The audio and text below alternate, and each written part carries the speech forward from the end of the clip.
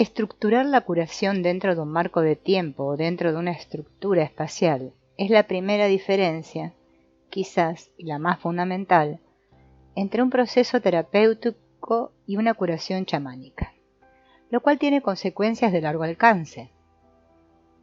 El efecto del paradigma, en el que la curación se da a través de una organización del espacio, permite, por ejemplo, que la curación chamánica pueda suceder en un tiempo notablemente corto. En la curación chamánica el tiempo no es un factor relevante. Un individuo puede estar terriblemente enfermo o completamente confundido cuando el ritual comienza y gozar de perfecta salud justo unas horas después. Una segunda diferencia entre el chamanismo y la psicoterapia se aclara al estudiar los roles del chamán y el terapeuta. El chamán es el experto que conoce su camino a través de las estructuras de curación del universo y es capaz de activar aquellos poderes que son necesarios en cierta situación. Habiéndolo hecho, su trabajo está básicamente terminado y de alguna manera se retira. La responsabilidad del ritual está en manos del chamán, pero la responsabilidad de la curación está en manos de los espíritus. Un psicoterapeuta está mucho más involucrado en el proceso de curación real porque se ha hecho cargo de él.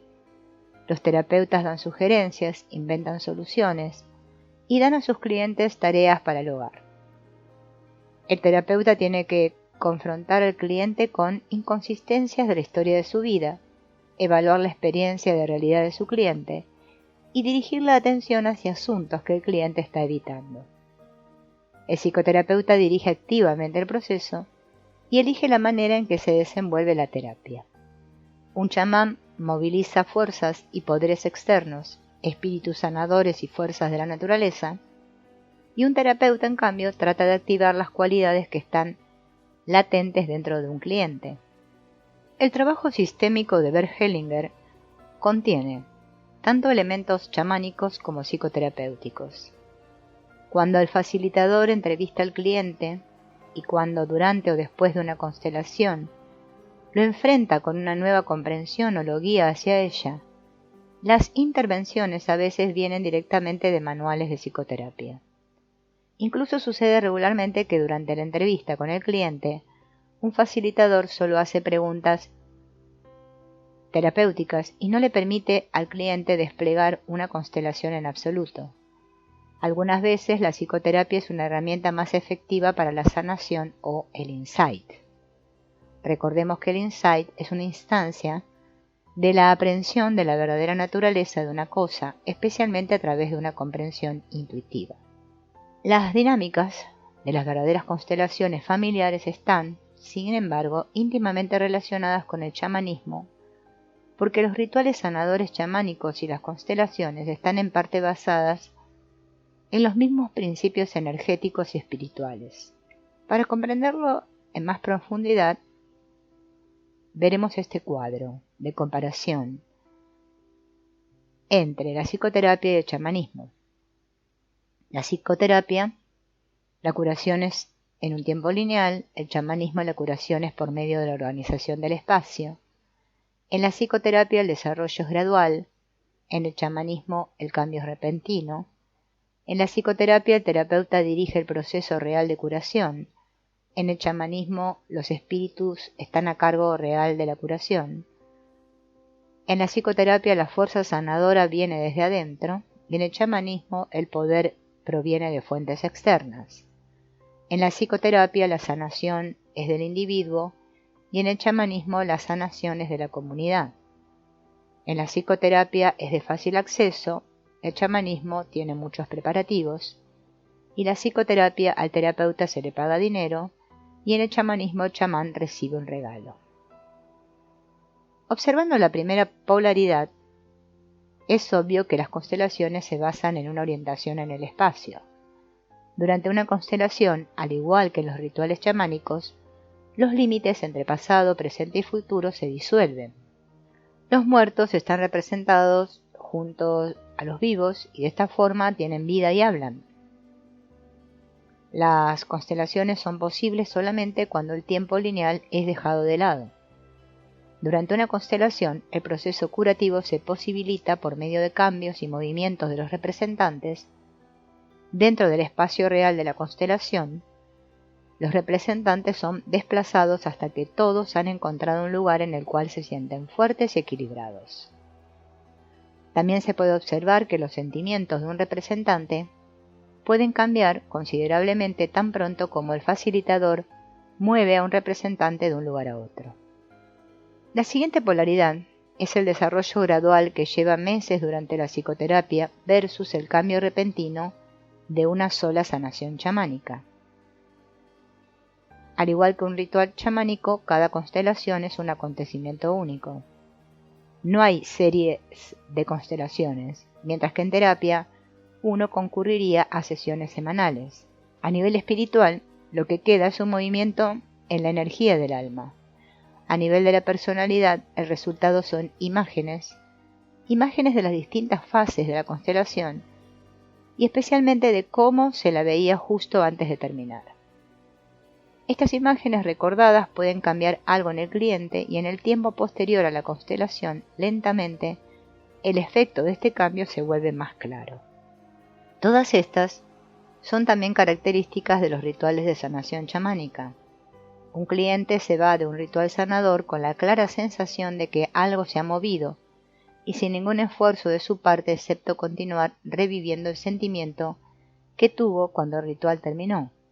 Los efectos de este cambio se manifiestan en el tiempo posterior al ritual. Cuando alguien enferma o está en un problema serio, el chamán constata si se le puede brindar ayuda espiritual. De ser así, realiza una ceremonia. A menudo deja el verdadero trabajo curativo a los espíritus, pero también es posible que el chamán mismo realice la sanación, utilizando la tecnología o ciencia espiritual de su tradición. Hay diferentes tipos de métodos sanadores chamánicos para ser utilizados en distintas circunstancias.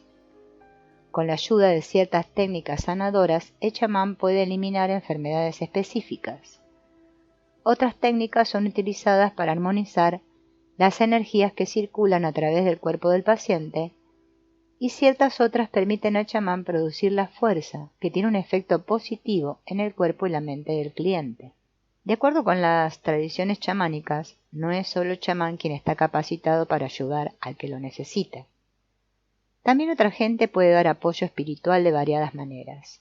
Entre estas hay una clase específica de ayuda espiritual que puede ser brindada por todas las personas, participar en rituales especiales en los cuales se puede tomar sobre sí un sufrimiento físico en beneficio de otra persona. Aceptar este sufrimiento en forma consciente y dedicarlo a la salud de otra persona puede dar un poderoso impulso para la sanación. Todas las diferentes tradiciones chamánicas desarrollaron y perfeccionaron rituales en los que la gente sufre en beneficio de otro, pero los de las culturas indias norteamericanas nativas son los más conocidos y mejor descritos. Por ejemplo, la reunión del peyote, la danza del sol y la tienda de la gente de la piedra o tienda del sudor. Hay también algunos factores que podemos nombrar y entender que tienen una clara influencia en los resultados de los rituales que incluyen el sufrimiento. Por ejemplo, es necesario que el cliente quiera ser sanado. Alguien que, consciente o inconscientemente, no quiera cambiar, hará todo lo posible para mantener las cosas como están, sin importar cuánta ayuda se le ofrezca. Con referencia al voluntario que toma sobre sí el sufrimiento, hay dos factores que tienen influencia directa sobre el resultado. Primero, la naturaleza de la razón que lo motiva a hacerlo, y segundo, la capacidad de ser consciente del hecho que el que necesita ayuda y él mismo son dos personas diferentes, que llevan vidas separadas. A veces es difícil diferenciar entre estos dos factores, pero mirando cuidadosamente se puede distinguir uno del otro. La gente toma sobre sí el sufrimiento por distintos motivos. Cuando a alguien verdaderamente le importa a otro y le desea el bien, y siempre y cuando mantenga la conciencia de que el otro y él deben llevar sus propias vidas, entonces se puede utilizar un ritual de sufrimiento como un apoyo poderoso. En tales circunstancias, el paso de tomar sobre sí el sufrimiento es dado con conciencia y fuerza, sin exigencias. Sin embargo, también puede suceder que alguien quiera participar en una ceremonia porque no tiene la fuerza para presenciar el sufrimiento del que ama. Su propia salud y buena suerte pueden ser percibidos por él como una carga, y tomar sobre sí el sufrimiento será sentido entonces como un alivio. Sufrir por estas razones tiene poco que ofrecer. Es solamente una forma de escapismo y no puede agregar verdadera fuerza a un ritual. El sufrimiento puede otorgarle poder a una sanación solo cuando se da desde una posición de fuerza, no por debilidad. En el primer caso, cuando alguien mantiene la conciencia de sí mismo como persona separada del enfermo, se ubica cerca de la otra persona. No trata en verdad de ponerse en el lugar del otro.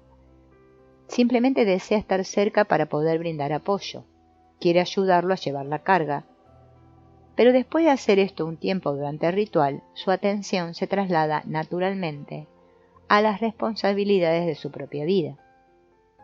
En el segundo caso, el que toma sobre sí el sufrimiento realmente se identifica con la situación del que necesita ayuda y de manera extraña reclama el sufrimiento del otro como propio. Visto desde una cierta perspectiva, empuja incluso a la persona que necesita ayuda y la saca de su lugar correcto. Al enfermo le es negado su propio destino, por duro que pudiera ser. Ambos individuos involucrados pierden de esta forma su fuerza individual. Este tipo de fusión torna la situación confusa. Cuando el sufrimiento voluntario viene de una posición de fuerza, puede transferir fuerza al cliente. Cuando viene de enredos y escapismo, el sufrimiento voluntario quita fuerza. La sociedad occidental no ofrece rituales en los que la gente sufre en beneficio de otra persona, pero inconscientemente lo hacen todo el tiempo. En casi todos los casos el resultado es más caos y enfermedad en vez de sanación. Recientemente trabajé con una madre cuya hija era prostituta. La madre lo había sido también, pero años atrás. Ella quería ayudar a su hija a salir de la dura vida que había dejado atrás y sufría terriblemente por el hecho de no poder llegar a la joven. La madre trataba con esfuerzo de acercarse a su hija, pero cuanto más trataba, la hija más la rechazaba. Era un ejemplo clásico tomar sobre sí inconscientemente el sufrimiento de otro para ayudarlo. Primero, la madre había estado en la situación de la prostituta y odiaba eso. No quería que la hija supiera demasiado acerca de las dificultades que ella había enfrentado. La hija, queriendo estar cerca de su madre e incluso ayudarla, descubrió que su madre mantenía una cierta distancia que la joven experimentaba como rechazo. Inconscientemente entró en la prostitución, porque solamente allí sentía que podía estar cerca de su madre. Sin embargo, cuando la joven llegó a ser realmente prostituta, la madre había logrado empezar otra vida, y vio con horror donde había terminado su hija. La madre quería entonces ayudar a su hija. Desesperada porque su hija la rechazaba en sus intentos de acercarse, corría el riesgo de ser atraída inconscientemente de regreso a la prostitución, el mismo lugar que había ocupado una vez porque sentía que necesitaba estar cerca de su hija para ayudarla. La hija, por supuesto, alejaba a la madre violentamente, ya que permitirle el acercamiento podría tener la consecuencia de que la madre corriera el riesgo de volver a la prostitución que había abandonado. Los límites entre sus vidas se hacían progresivamente menos claros, y las dinámicas de que una tomara sobre sí el sufrimiento de la otra eran completamente inconscientes. Sugerí a la madre que hiciera un ritual simple. Le pedí que visualizara a su hija parada frente a ella y le hablara a su alma. Le pedí que dijera desde su propia alma: yo paré, dejé ese lugar. Tú también puedes dejarlo, ahora eres libre. No tienes que hacer esto por mí. La madre me dijo que 3 días después de este simple ritual, su hija tomó la decisión de dejar de ser prostituta y lo hizo. En este caso, se necesitaba solamente una intervención muy básica para romper una estructura de sufrimiento compartido, destructivo e inconsciente. Tomar sobre sí el sufrimiento en beneficio de otra persona no es saludable cuando ocurre como resultado de motivos inconscientes. Sin embargo, cuando se hace con conciencia y en un contexto claro, puede ser realmente de gran ayuda. Entonces, el sufrimiento es como ayudar a alguien que se está ahogando a salir del agua, o como despejar un camino para alguien que se está atascado. Cuando alguien se está ahogando, uno salta al agua y lo saca afuera. Uno tiene que meterse en el agua y mojarse, si no puede llegar a él. Recién más tarde, cuando todo se ha calmado, uno puede empezar a enseñarle a nadar. Es inútil intentar decirle cómo se nada mientras está aterrorizado o muriendo en el agua. De manera muy similar, cuando alguien está atravesando un sufrimiento intenso, es muy difícil llegar a él porque está identificado con su dolor. Para llegar a alguien que está sufriendo, uno mismo puede tomar sobre sí el sufrimiento. De esta forma, se ubica a su lado. Luego, manteniendo la mente clara por medio de la plegaria, uno no se identifica con la experiencia sensorial del sufrimiento. Nuestra claridad mental afecta a la otra persona y su identificación con el sufrimiento disminuye. Cuando el ritual termina, uno deja el lugar del sufrimiento y la otra persona puede salirse también a causa de la conexión entre los dos. En las constelaciones familiares, los representantes a menudo toman sobre sí el sufrimiento de otros en forma directa. Por ejemplo, si alguien nunca pudo expresar pena, el representante ubicado en su lugar puede verter lágrimas y sufrir el dolor del duelo en su lugar. Cada desplazamiento interior que realiza el representante es un paso dado para otra persona. El representante lo está haciendo por la otra persona. Como el representante por lo general no conoce personalmente al individuo que representa, hay poco peligro de tomar sobre sí el sufrimiento a partir de implicaciones sistémicas. Además, los representantes son elegidos por otro para hacer el trabajo. Ellos no pueden elegir voluntariamente representar a una persona específica. Un representante toma sobre sí el sufrimiento durante la constelación y después regresa a su propia vida, devolviendo la responsabilidad a aquel quien representó. Aunque la forma de la constelación difiere obviamente de la de los rituales de sanación chamánica, cuando se toma sobre sí el sufrimiento de otros para ayudarlos, tanto las constelaciones como los antiguos rituales chamánicos utilizan los mismos principios espirituales. En el trabajo sistémico, la fuerza que viene de los antepasados tiene mucha importancia. La fuerza ancestral otorga propósito y orientación a la vida, y proporciona el poder para aceptar y soportar toda clase de dificultades. Muchas tradiciones espirituales enseñan que la fuerza que los antepasados tienen para ofrecer puede ser recibida por las personas vivas, simplemente dando a los antepasados un lugar en sus hogares y en sus corazones. En muchas culturas, cada casa tiene un pequeño altar con algunos objetos que representan a las generaciones anteriores. Sobre este altar se coloca incienso, comida y bebida de tanto en tanto. Son ofrendas para los espíritus ancestrales. En algunas tribus siberianas, las personas que vivían en una casa compartían una caja o cofre pequeño lleno de antepasados, bajo la forma de diminutos muñecos. Cuando llegaba un visitante, la primera pregunta que hacía era: ¿están los ancianos en casa?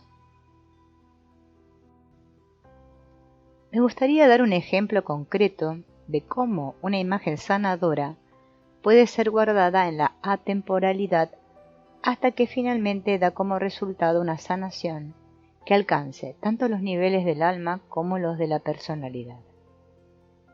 En marzo de 1999 estuve participando en un seminario con Bert Hellinger y Hunter Beaumont en San Francisco.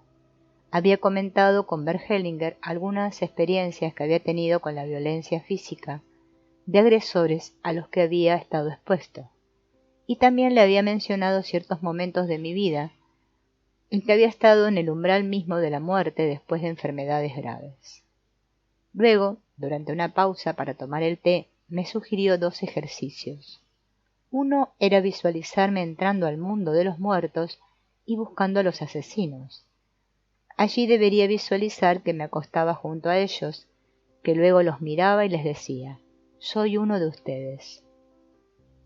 El segundo era un ejercicio para ver a la muerte no delante de mí, sino detrás de mí, y tomar cada día como si fuera un extra, una bendición. Sin embargo, después de describirme estos ejercicios, enigmáticamente me dijo: no hagas estos ejercicios, no te sientes a hacerlos. Tu alma sabrá cómo tenerlos a su cuidado. No me sonó como una intervención terapéutica. Estando entrenado en chamanismo, automáticamente tomé esta sugerencia como una instrucción chamánica tradicional y la seguí como tal. Literalmente puse la sugerencia en mi alma, esa parte de mí que existe continuamente en el silencio de la atemporalidad. No solo almacené las imágenes que el ejercicio me provocó, sino también la imagen real de Bert Hellinger explicándomelas, la posición en que estaba parado, mis propias sensaciones físicas cuando escuchaba su descripción de los ejercicios, incluso el olor de la habitación. Guardé toda la experiencia intacta y no pensé en ella en un sentido analítico, ni se la conté a nadie. La mantuve viva durante algún tiempo, volviendo a experimentar ese momento durante un ritual.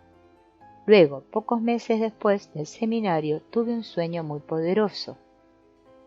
En el sueño, yo era parte de algún grupo o entidad que había matado a una cantidad de gente. Como miembro del grupo, había estado participando en la matanza. Al comienzo del sueño estaba parado en la corte de justicia y era el momento de mi defensa. Había decidido ser mi propio defensor en lugar de tomar a un abogado, aunque sabía que nadie lo había hecho antes. Cuando me llegaba el turno de hablar, decía un discurso corto y simple. Manifestaba ser culpable de los crímenes y aceptaba sus consecuencias. Decía al tribunal que la única defensa que tenía era que era un ser humano. Les explicaba que todo ser humano es capaz de acciones terribles y que solo las circunstancias de nuestras vidas determinan si se nos permitirá llegar a ser personas decentes o monstruos. Me había transformado en un asesino, pero no había verdadera diferencia entre yo y toda la gente presente en la corte. Continuaba haciendo lo mismo que todos los demás. Cuando decía esto estaba calmo, me sentía preparado para aceptar el juicio y de esta forma asumir la responsabilidad por mis actos.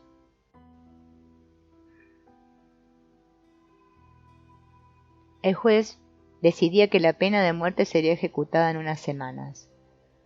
Luego el sueño se extendía, yo experimentaba días y noches, escribía cartas a los que amaba, hablaba con familiares y amigos, me preparaba para la muerte.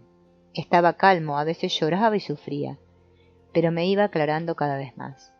Finalmente llegaba la última mañana, y al despertar, y todo lo que hacía tenía una extraña cualidad sutil, todo era claro como el cristal. Me lavaba las manos, me cepillaba los dientes, sabiendo que estaría muerto en apenas unas pocas horas.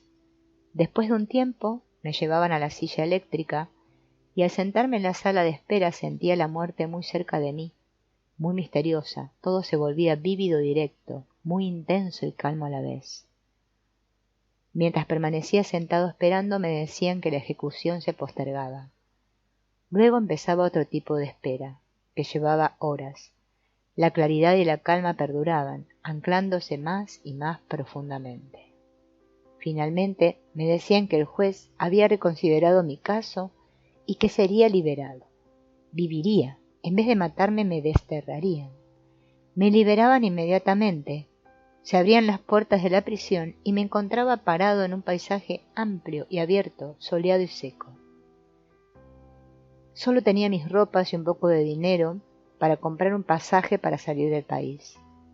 Había abandonado todo y a todos y de alguna manera extraña había sobrevivido a la muerte. Me había transformado en otra persona. No sentía más inocencia ni culpa. Solo había conciencia y fortaleza. Al despertar de este sueño seguí funcionando en ese estado de calma e intensidad. El corazón me latía lento y fuerte. Durante algunos días mi atención tuvo esa cualidad de nitidez, y al habérseme dado más tiempo para vivir, estaba constantemente consciente de estar viva. Por supuesto que después de unos días me sentí como soy usualmente, pero algo se había transformado realmente. Esencialmente, en el momento en que entendí la instrucción de Bert Hellinger de dejar que mi alma cuidara de los ejercicios, almacenando la experiencia en el espacio interior de la atemporalidad, un proceso de sanación había comenzado. Por supuesto, yo no tenía manera de saber cuál sería el efecto final cuando el poder sanador de mi propia alma empezara a actuar a través de la imagen que me brindaran estas instrucciones.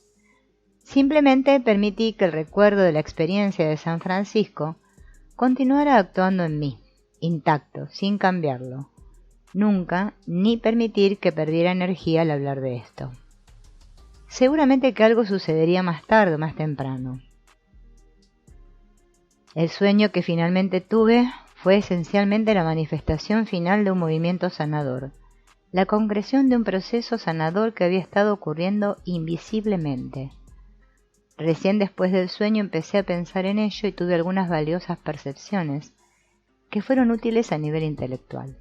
Por ejemplo, entendí que mi exposición a la violencia me había hecho sentir totalmente indefenso y perdido, y que en mis intentos de recuperar mi propia fuerza había empezado a sentirme superior a los agresores en general.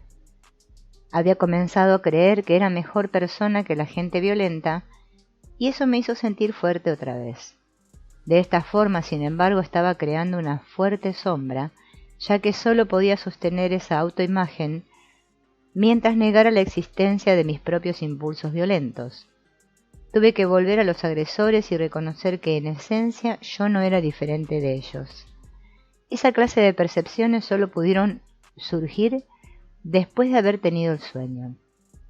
Habiéndose completado la sanación espiritual, el recuerdo de que me hubieran dado esas instrucciones ya no necesitaba ser guardado en la atemporalidad. Entonces podía usar mi mente analítica para encontrar verdades e inspiración adicionales.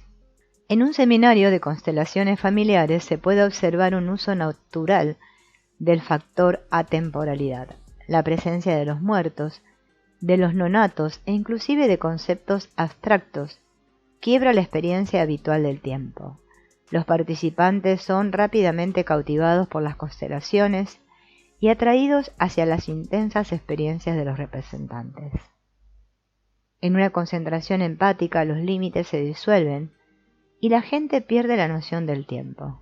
Hay largos periodos de silencio interrumpidos por frases cortas, arcaicas, con una elevada carga emocional y espiritual. En este ambiente, el cambio hacia la experiencia de la temporalidad ocurre gradualmente y es un fenómeno espontáneo que por ser tan natural apenas se percibe. Sin embargo, en efecto, casi todos los que participan en un seminario de constelaciones familiares pasan la mayor parte del tiempo en un trance liviano. Cuando se ha encontrado y completado un movimiento de sanación, la constelación termina. Luego, idealmente, el cliente mira la imagen de conjunto de la constelación. Al ver a los representantes ahora equilibrados en sus nuevas ubicaciones, lo ideal es que el cliente coloque esta imagen en un lugar profundo dentro de sí.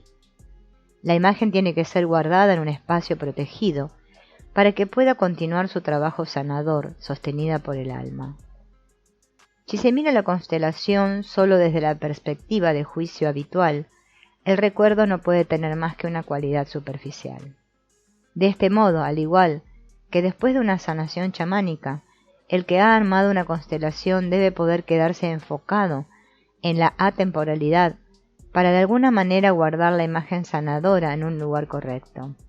Sin embargo, muchos clientes que han desplegado una constelación de sus familias no han desarrollado activamente tales habilidades, y esto deja en manos de la comprensión intuitiva del cliente el que sea capaz de tomar la sanación o no, a menos que el facilitador intervenga.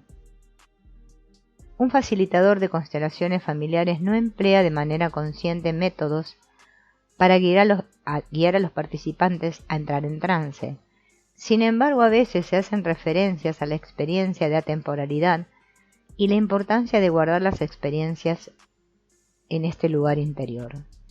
Después de una constelación, un facilitador puede decir algo como: confío en que tu alma buena cuidará de esto, como Bert Hellinger hace a veces, lo cual puede ser visto como una referencia a la cualidad de atemporalidad, donde la experiencia puede permanecer intacta. También una instrucción como no hables acerca de la constelación después es en realidad una sugerencia para contenerse de crear historias sobre la experiencia. Al no haber historia, la imagen no cambiará y permanecerá intacta. Cuando una imagen sanadora permanece intacta, el alma puede sumarle fuerza. Las sugerencias que mencioné se relacionan en esencia con ayudar a la gente a permanecer fuera de su habitual experiencia lineal de tiempo. Las constelaciones familiares solo son posibles en un campo atemporal, pero esto no es explicado a los participantes en un seminario, de modo que no son guiados claramente a potenciar y mantener el estado de conciencia específico de atemporalidad.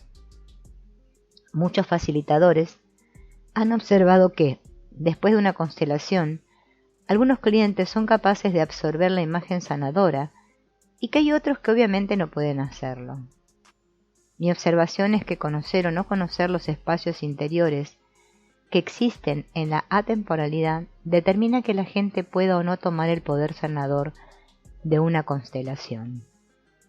El que las personas no puedan tomar la imagen sanadora se debe usualmente a que continúan pensando o hablando en forma habitual sobre lo que han visto, usando por ejemplo la terminología de la psicoterapia para analizar y explicar la constelación.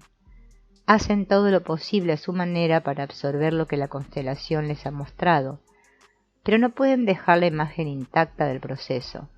Necesitan desarmarla a través del análisis. De esta manera pierden acceso a la fuerza que la constelación posibilita cuando es almacenada en el alma.